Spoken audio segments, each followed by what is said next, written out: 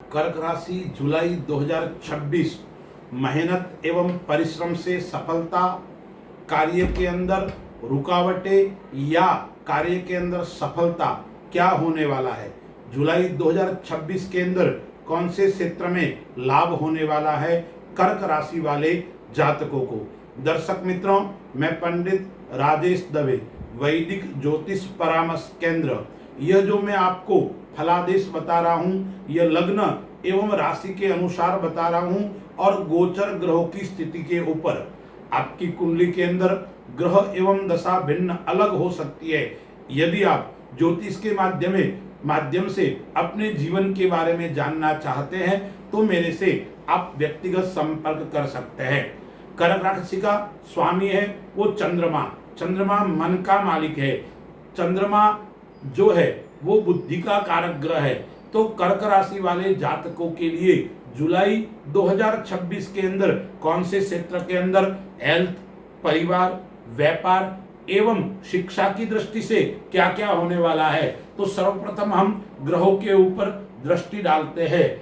लग्न के अंदर गुरु, शुक्र और बुध बैठे हुए हैं। गुरु उच्च का होकर वही गोचर करेंगे।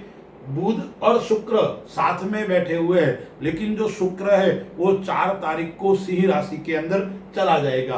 बुध है वो वक्री अवस्था के अंदर है और वक्री होते हुए वो पीछे की ओर यानी मिथुन राशि के अंदर 7 जुलाई को चला जाएगा। और जो सूर्य है वो 12वें भाव के अंदर गोचर कर रहा है। वो सूर्य है वो 16 तारीख को लग्न के अंदर आ जाएगा। तो 16 तारीख के बाद में सूर्य और गुरु की युति होगी और गुरु है वो 16 तारीख को अस्त भी हो जाएगा सूर्य के साथ में आते ही।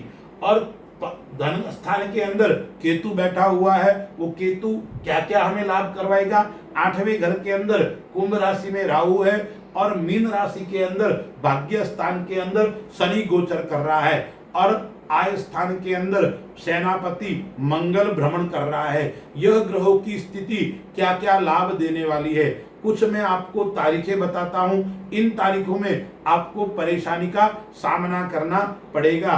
कर्क राशि वाले जातकों को मानसिक तनाव इन तारीखों में रहेगा। नकारात्मक विचार ज्यादा देखने को मिलेंगे। वो कौन सी तारीख है चाहे तो आप नोट कर लीजिए, आजमा लेना। इन तारीखों में आपको सामाजिक और पारिवारिक परेशानी भी आ सकती है और आप सरकारी कार्य के अंदर है तो सरकारी कार्य के अंदर कोई न कोई आपको नुकसान उठाना पड़ सकता है।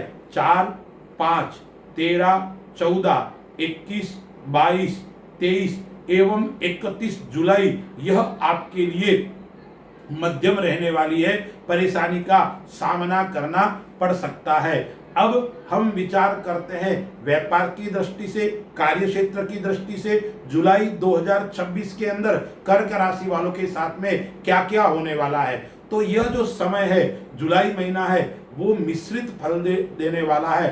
बहुत अच्छी सफलता देने वाला नहीं है, यानी लाभदायक नहीं कह सकता हूं, मध्यम समय यह मैं कह सकता हूं ग्रह गोचर के अनुसार। यानी इस माह के अंदर आपको बजट बनाकर चलना पड़ेगा, अन्यथा माह के अंत समय आपके जेब खाली रहेगा। पैसों का तंगी आपको देखने को मिल सकती है। यानी इस माह के अंदर आपको मेहनत करनी पड़ेगी। व्यापार करते हो तो व्यापार के अंदर आपको समय तो अच्छा है, लेकिन कैसा समय है, आपको निरंतर व्यापार के पीछे लगे रहना पड़ेगा, निरंतर प्रयास करना पड़ेगा।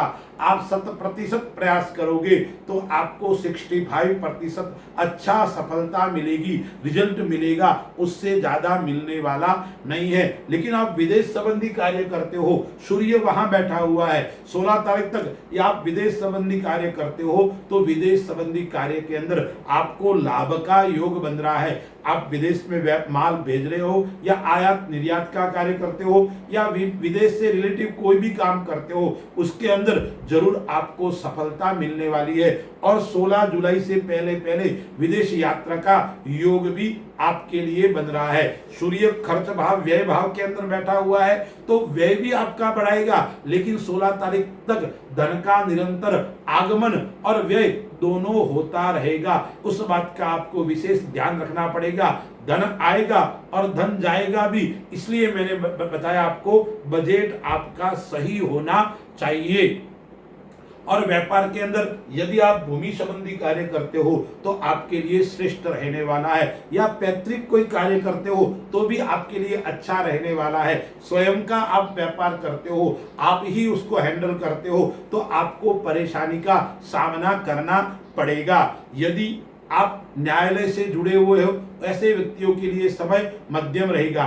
या आप कोर्ट कचहरी के अंदर आपके कोई मुकदमा आदि चल रहा है, तो उसका यदि फैसला आता है तो आपके पक्ष में आने वाला नहीं है, आपके खिलाफ आ सकता है। उस बात का आपको विशेष ध्यान रखना पड़ेगा।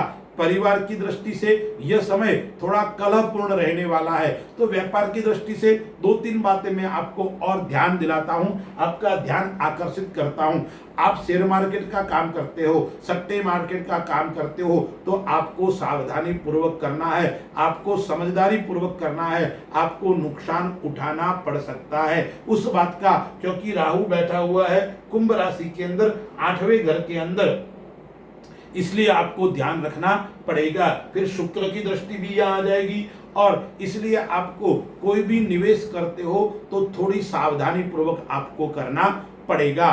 दूसरी बात है, आपको एक बात का और ध्यान रखना है, आप ससुराल के साथ में कोई व्यवहार करते हो या उनके साथ में कोई व्यापार करते हो या अन्य अन्य लेन देन का काम करते हो, तो भी आपका मनमुटाव बढ़ सकता है, उस बात का आपको विशेष ध्यान रखना है। तीसरी बात आपको एक और बताता हूं, काका मामा आदि व्यक्तियों से आपको लाभ का योग इस माह के अंदर बन रहा है।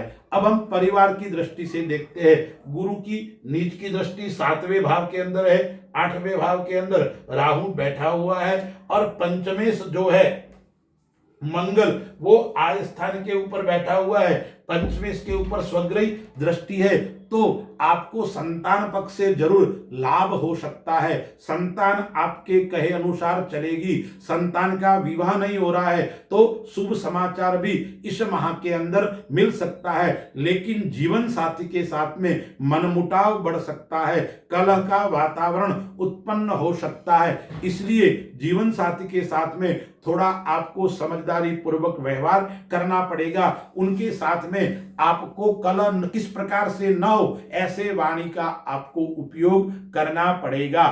पिता और माता की दृष्टि से देखते हैं तो यह समय अच्छा रहने वाला है, पिता और माता से आपको लाभ की प्राप्ति होने वाली है।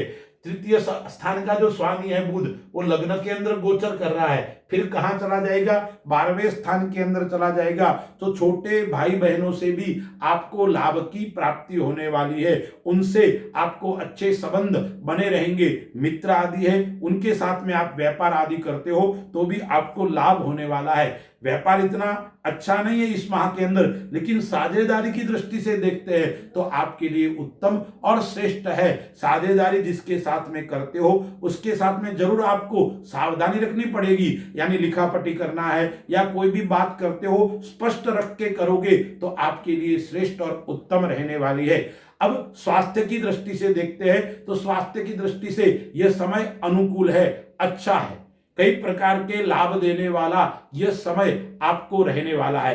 कैंसर राशि के स्वामी है वो चंद्रमा है, तो चंद्रमा मन का मालिक है, तो मन आपका अच्छा रहेगा, इसलिए मन को मजबूत रखना है। कॉन्फिडेंस जितना आप अच्छा रखोगे इतना स्वास्थ्य आपका अच्छा और अनुकूल रहेगा। लेकिन जरूर 2-3 चीजों का आपको ध्यान रखना है। एक तो आपको नई खाने वाली वस्तु खानी नहीं है, यानी व्यसन से दूर रहना है, बाहर की वस्तु का उपयोग कम करना है। शराब आदि पीते हो तो इस माह के अंदर आपको नहीं पीना चाहिए, उस बात का विशेष ध्यान रखना पड़ेगा।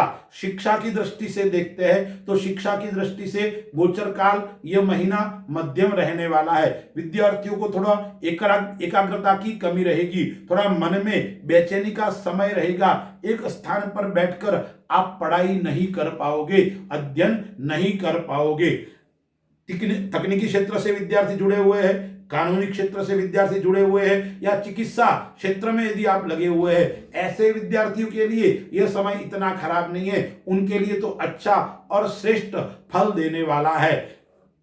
सूर्य है वो खर्च भाव के अंदर बैठा हुआ है, तो खर्च आपका जरूर शिक्षा के अंदर भी होगा, परिवार की दृष्टि से भी होगा और अन्य अन्य क्षेत्र से दृष्टि से भी होगा। स्वास्थ्य की दृष्टि से एक बात का आपको और मैं ध्यान दिलाता हूं, क्योंकि केतु बैठा हुआ है दूसरे घर के अंदर और सूर्य फिर बुध आ जाएगा, तो नेत्र आपके कमजोर रह सकते हैं। नेत्र संबंधी समस्या आपको परेशान कर सकती है, या निंद्रा की समस्या, रात्रि को नींद नहीं आना, बार बार परेशानी रहना, उस प्रकार की समस्या आपको दिखाई पड़ सकती है। अब मैं कुछ बिंदु आपको बताता हूं, इन बिंदु को आप ध्यान पूर्वक विचार करें। कर्क राशि का स्वामी जो है चंद्रमा है, वो मन का मालिक है, इसलिए आपको मन को कंट्रोल रखना अति आवश्यक है। वाणी के ऊपर आपको बहुत ध्यान रखना पड़ेगा। जहां आप बैठते हो, जहां व्यवहार करते हो, वहां वाणी का संयम आपको करना पड़ेगा।